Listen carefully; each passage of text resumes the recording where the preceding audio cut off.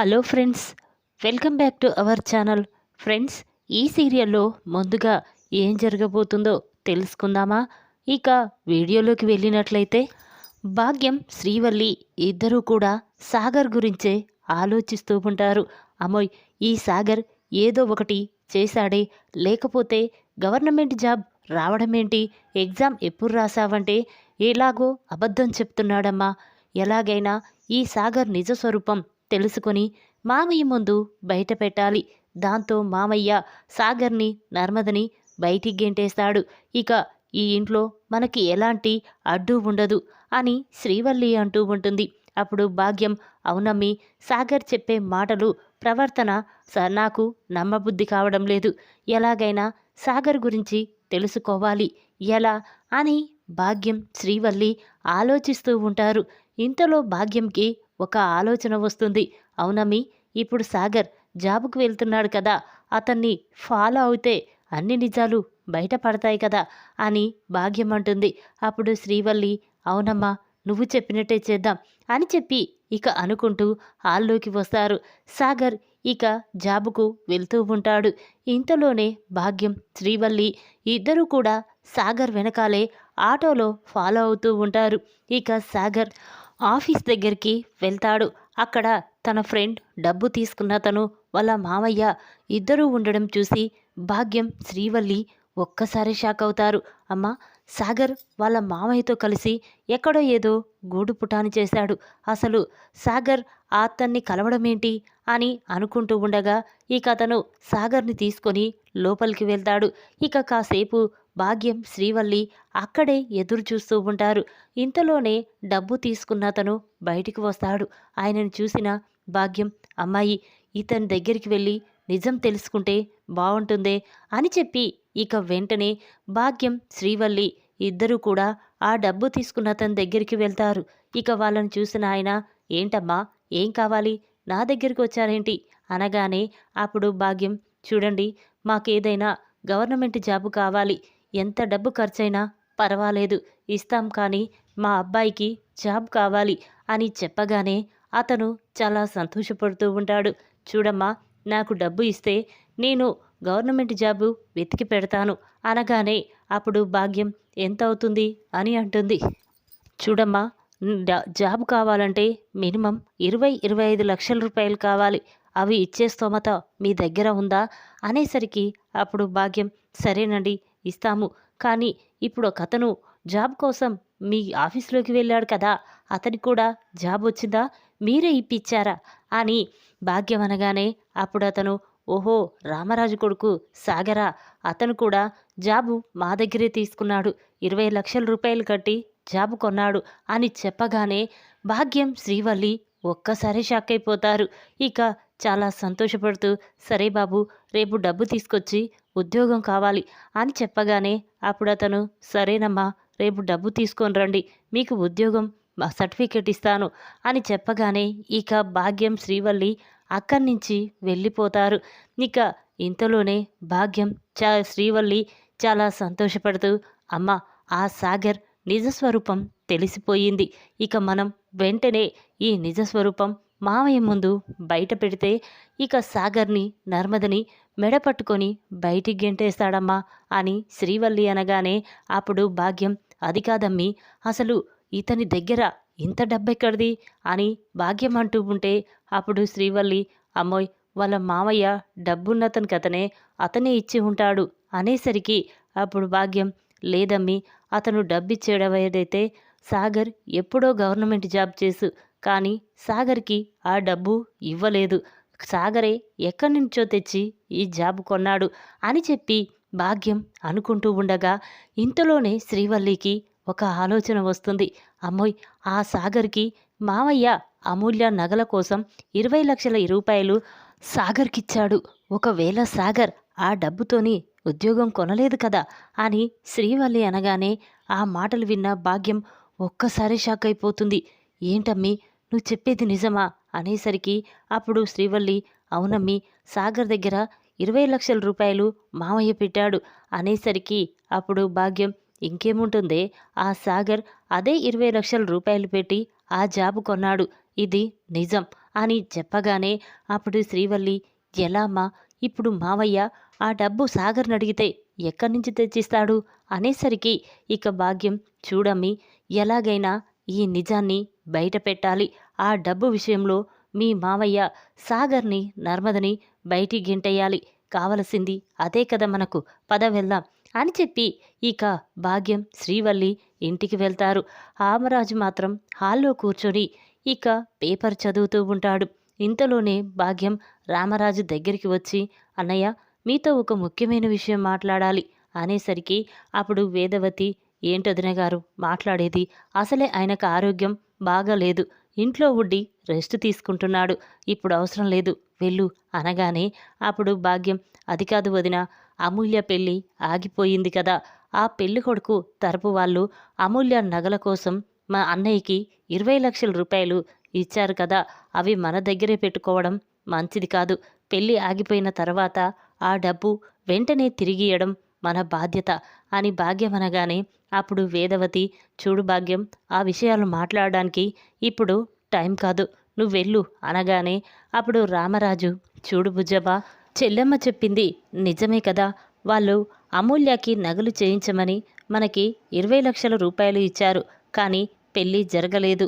ఇప్పుడు వాళ్ళ డబ్బు వాళ్ళకిచ్చేయడం మన పద్ధతి అని చెప్పి ఇక రామరాజు, చూడు బుజ్జమ్మ, ఈరోజు సాయంత్రం సాగర్ లాగానే వెంటనే ఆ 20 లక్షలు అడిగి తీసుకో.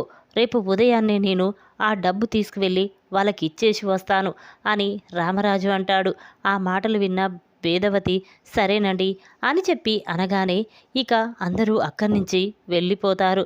సాయంత్రం అవుతుంది. సాగర్ ఇంటికి వస్తాడు.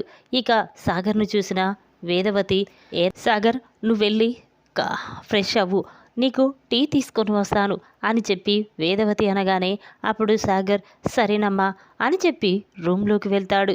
ఇంతలోనే వేదవతి కాఫీ తీసుకొని సాగర్ దగ్గరికి వెళ్తుంది. అది చూసిన నర్మద, అదేంటత్తయ్య మీరు తేవడం ఏంటి, నేను తెచ్చేదాన్ని కదా అంటూ ఉంటే అప్పుడు వేదవతి, ఒసే కోడలా, ఈరోజు నా కొడుకు కొత్తగా డ్యూటీకి వెళ్ళొచ్చాడే, అందుకే సంతోషం కొద్దీ తెస్తున్నాను అని చెప్పి వేదవతి అంటుంది. ఇక సాగర్ కాఫీ తీసుకొని తాగుతూ ఉంటాడు. ఇక వేదవతి, ఒరే సాగర్, మీ నాన్న నీతో మాట్లాడాలన్నారా అనగానే అప్పుడు సాగర్, ఏ విషయం గురించమ్మా అని అంటాడు. ఇక వేదవతి, చూర్రా, అమూల్యకి నగలు చేయించమని పెళ్లివాళ్ళు 20 లక్షల రూపాయలు ఇచ్చారు కదా. ఆ డబ్బు వెంటనే మీ నాన్న వెళ్ళి తీసుకురమ్మని చెప్పాడు. రేపు ఉదయాన్నే వాళ్ళ ఇంటికి వెళ్ళి ఆ డబ్బు వాళ్ళకిచ్చేసి వస్తానన్నాడు అని వేదవతి చెప్పగానే ఆ మాటలు విన్న సాగర్ ఒక్కసారి షాక్ అయిపోతాడు. ఇక వెంటనే తన మనసులో, ఇదేంటి, ఇప్పుడు డబ్బు ఎక్కడి నుంచి తెచ్చియాలి అని కంగారు పడుతూ ఉంటాడు. ఇక సాగర్, సరేనమ్మా, ఈరోజు సాయంత్రం తెస్తాను అనేసరికి ఇక వేదవతి, ఒరే, ఇప్పుడే వెళ్ళి తీసుకురాపో అని చెప్పి వేదవతి అక్కడి నుంచి వెళ్ళిపోతుంది. ఇక కాసేపటి తర్వాత రామరాజు, బుజ్జమ్మ, వాణ్ణి డబ్బు తీసుకురమ్మాను అనగానే ఇక సాగర్ సైలెంట్గా వచ్చి రామరాజు ముందు నిలబడతాడు. అది చూసిన నర్మదకి ఏమీ అర్థం కాదు. ఏంటి సాగర్, డబ్బు తీసుకురమ్మంటే ఉట్టి చేతులు వచ్చావేంటి, డబ్బెక్కడా అంటూ ఉంటే అప్పుడు సాగర్, అది అది అని అంటూ ఉంటాడు. ఇక వెంటనే ఆ మాటలు విన్న భాగ్యం, చూడు నర్మద, నీకు తెలియనట్టు నువ్వు బాగా నటిస్తున్నావే అనగానే నర్మదకి చాలా కోపం వస్తుంది.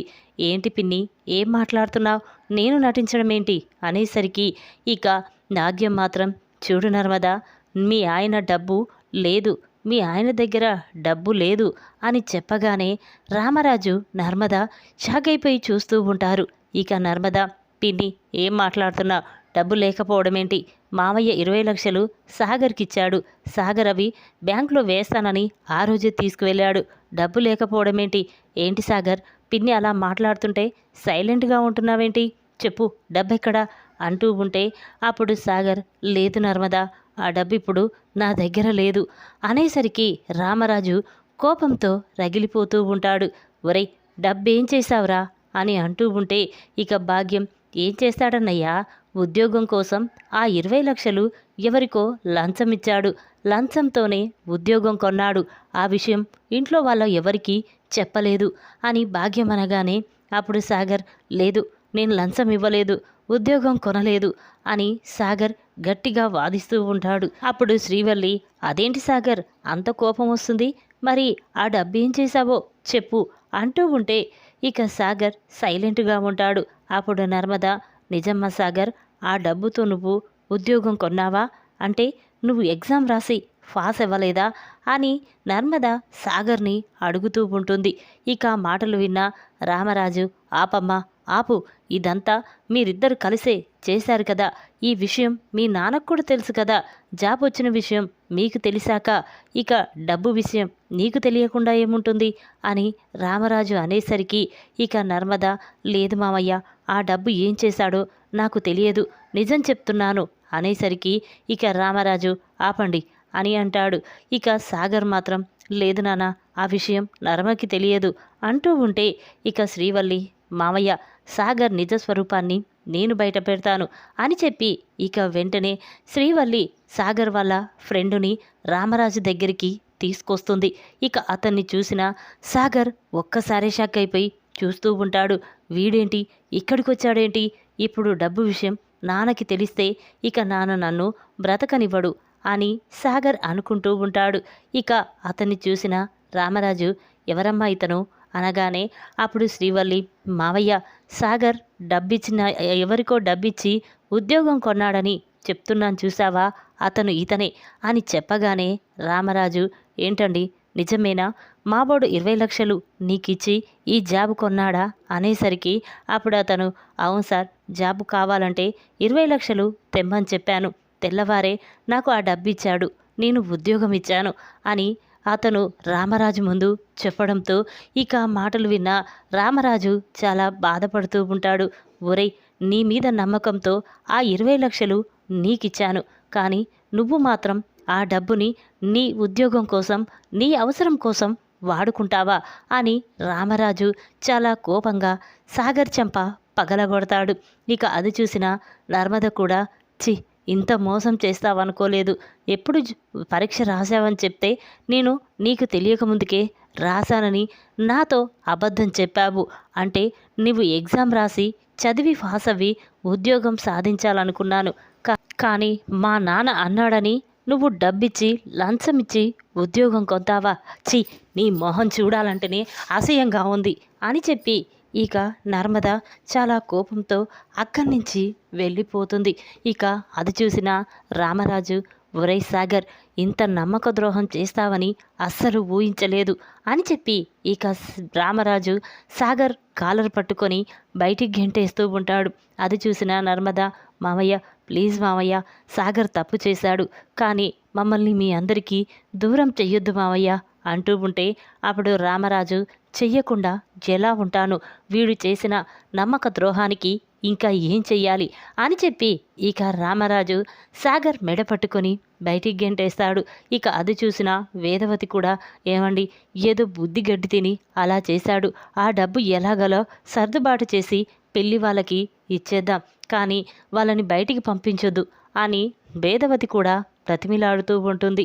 ఇక అది చూసిన రామరాజు, బుజ్జమ్మ, నువ్వు ఆగు, వీళ్ళని నేను ఎంతో ప్రేమగా పెంచాను, కానీ వీళ్ళు నన్ను ఇంతలా మోసం చేస్తారని అస్సలు అనుకోలేదు అని చెప్పి ఇక రామరాజు సాగర్ని బయటికి గెంటేశాడు. అది చూసిన భాగ్యం, శ్రీవల్లి చాలా సంతోషపడుతూ ఉంటారు. అప్పుడు ప్రేమ బాధపడుతూ, అక్క వెళ్ళొద్దక్క, నువ్వు లేకుండా ఉండలేనక్క, ప్లీజ్ అని బ్రతిమిలాడుతూ ఉంటే అప్పుడు నర్మద, లేదు ప్రేమ, సాగర్ చేసిన మోసానికి మావయ్య మమ్మల్ని బయటికి గెంటేశాడు, ఇక మాకు ఈ ఇంట్లో స్థానం లేదు అని చెప్పి ఇక సాగర్, నర్మద ఇద్దరూ కూడా వెళ్ళిపోతూ ఉంటారు.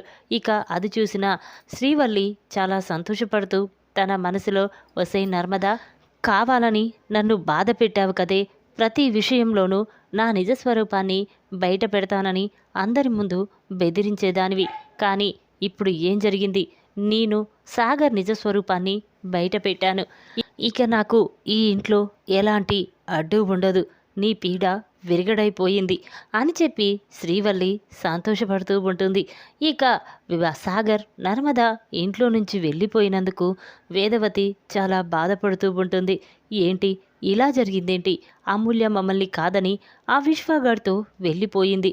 ఇప్పుడు సాగర్ చేసిన పనికి ఈయన మాత్రం సాగర్ని నర్మదని బయటికి గెంటేశాడు అని చెప్పి వేదవతి బాధపడుతూ ఉంటుంది. ఇక అది చూసిన ప్రేమ మాత్రం ఇదంతా శ్రీవల్లి వల్లే, శ్రీవల్లే కావాలని ఇలా చేసింది అని ప్రేమ చాలా కోపంగా శ్రీవల్లి దగ్గరికి వెళ్తుంది. ప్రేమను చూసిన శ్రీవల్లి కంగారు పడుతూ ఉంటుంది. ఇదేంటి, ఇది ఇంత కోపంగా వచ్చిందేంటి అంటే నర్మద ఇంట్లో నుంచి వెళ్ళిపోయిందని చాలా బాధపడుతున్నట్టుంది అని శ్రీవల్లి అనుకుంటూ, ఏంటి ప్రేమ, ఏం కావాలి? పాపం నర్మద ఇంట్లో నుండి వెళ్ళిపోయిందని బాధపడుతున్నావా అని శ్రీవల్లి అనగానే అప్పుడు ప్రేమ, లేదక్క, నర్మదక్క వెళ్ళిపోయిందని బాధపడడం లేదు. ఎందుకంటే నెక్స్ట్ నువ్వే కదా ఇంట్లో నుంచి పోయేది అని ప్రేమ అంటుంది. ఆ మాటలు విన్న శ్రీవల్లి భాగ్యం షాక్ అయిపోయి చూస్తూ ఉంటారు. ఏంటి ప్రేమ, నేను ఇంట్లో నుంచి వెళ్ళిపోవడం ఏంటి, ఏం మాట్లాడుతున్నావు అనగానే అప్పుడు ప్రేమ, అవునక్క, సాగర్ బావ నిజస్వరూపాన్ని మామయ్య ముందు బయట పెట్టావు కదా, మరి నేను కూడా నీ నిజ స్వరూపాన్ని బయట పెట్టాలి కదా, అందుకే ఇప్పుడు నేను వెంటనే మామయ్య దగ్గరికి వెళ్ళి విశ్వాకి అమూల్యకి మధ్య ప్రేమ రాయబారం నడిపించింది నువ్వేనని నేను మావయ్యతో చెప్తాను అని చెప్పి ఇక ప్రేమ అనగానే ఆ మాటలు విన్న శ్రీవల్లి షాక్ అయిపోయి చూస్తూ ఉంటుంది. ప్రేమ, అది కాదు అంటూ ఉంటే అప్పుడు ప్రేమ, లేదు, నువ్వు అక్కని బావని ఇంట్లో నుంచి కావాలనే పంపించేశావు. నేను కూడా నిన్ను ఇంట్లో నుంచి పంపించేయాలంటే ఇప్పుడు నీ నిజస్వరూపం మామయ్య ముందు బయట పెడతాను అని చెప్పి ప్రేమ చాలా కోపంగా రామరాజు దగ్గరికి వెళ్తూ ఉంటుంది. అది చూసిన భాగ్యం, ఏంటమ్మి ఇలా జరిగిందేంటి అనగానే అప్పుడు శ్రీవల్లి, చూసావా అమ్మి, నేను ఆ నర్మద విషయంలో తలదూర్చొద్దని నీకు ఎన్నోసార్లు చెప్పాను, కానీ నువ్వు మాత్రం సాగర్ విషయం మామయ్య ముందు బయట పెట్టావు. ఇప్పుడు ప్రేమ కూడా నేను విశ్వాకి అమూల్యకి ప్రేమ రాయబారం నడిపించానని నేనే అని తెలిస్తే మామయ్య నన్ను ప్రాణాలతో కూడా ఉంచడు అని శ్రీవల్లి కంగారు పడుతూ ఉంటుంది. ఇక ప్రేమ, మామయ్య మామయ్య అని పిలుస్తూ ఉంటుంది. ఆ మాటలు విన్న అందరూ కూడా అక్కడికి వస్తారు. ఇక ప్రేమ శ్రీవల్లక్క అని పిలవగానే ఇక శ్రీవల్లి ఒక్కసారే టెన్షన్తో, ఏంటి, నిజంగానే చెప్పేయబోతుందా? ఇప్పుడు ప్రేమ మామయ్య ముందు నిజం బయట పెడితే నా పరిస్థితి ఏంటి అని అనుకుంటూ కంగారు పడుతూ అక్కడికి వస్తుంది. ఇక అక్కడికి వచ్చి, ఏంటి ప్రేమ, ఏం కావాలి అనగానే అప్పుడు ప్రేమ, మామయ్య, నర్మద సాగర్ బావ నిన్ను మోసం చేశారని ఇద్దరిని ఇంట్లో నుంచి పంపించేశావు. మరి కొంతమంది మనకు తెలియకుండా కూడా ఎన్నెన్నో చేస్తున్నారు, నిన్ను ఎంతో మోసం చేస్తున్నారు, మళ్ళీ వాళ్ళని కూడా బయటికి పంపించేస్తావా అనగానే అప్పుడు రామరాజు, చూడమ్మా, నమ్మించి మోసం చేసిన వాళ్ళని నేను ఎప్పటికీ క్షమించను. సాగర్లాగా ఇంకా ఎవరైనా చేస్తే ఇదే పరిస్థితి వస్తుంది వాళ్ళకు కూడా అని రామరాజు అనేసరికి శ్రీవల్లి షాక్ అయిపోయి చూస్తూ ఉంటుంది. అది చూసిన ప్రేమ, ఇన్నావా బల్లక్క అనగానే ఇక శ్రీవల్లి, ఏంటి ప్రేమ, నాకు చెప్తున్నావేంటి అనగానే అప్పుడు ప్రేమ, మరి తర్వాత నువ్వే కదక్క వెళ్ళేది అని ప్రేమ అంటుంది. ఆ మాట విన్న అందరూ కూడా షాక్ అయిపోయి చూస్తూ ఉంటారు. ఇక రామరాజు, ఏంటమ్మా ప్రేమ, ఏం మాట్లాడుతున్నావు, శ్రీవల్లి బయటికి వెళ్ళడం ఏంటి అనేసరికి అప్పుడు ప్రేమ, అదే మావయ్య, శ్రీవల్లి అని అంటూ ఉంటే ఇక శ్రీవల్లి మాత్రం, లేదు ప్రేమ, నువ్వు మావయ్య ముందు ఏదేదో కావాలని చెప్పొద్దు. చూడను మావయ్య, సాగర్ ఏ తప్పు చేయలేదు, కావాలని నేను అలా నీతో చెప్పించాను, కానీ వెంటనే మీరు సాగర్ని నర్మదని ఇంటికి తీసుకురండి అని శ్రీవల్లి అంటుంది. ఈ విధంగా సాగర్ నిజస్వరూపాన్ని ఆ రామరాజు ముందు బయటపెట్టిన శ్రీవల్లి చెంప పగలగొట్టి బయటికి గెంటేసిన రామరాజు. ఈ వీడియో కనుక మీకు నచ్చినట్లయితే లైక్ చేయండి. మరిన్ని వీడియోల కోసం మా ఛానల్ని తప్పకుండా సబ్స్క్రైబ్ చేసుకోండి. Thanks for watching.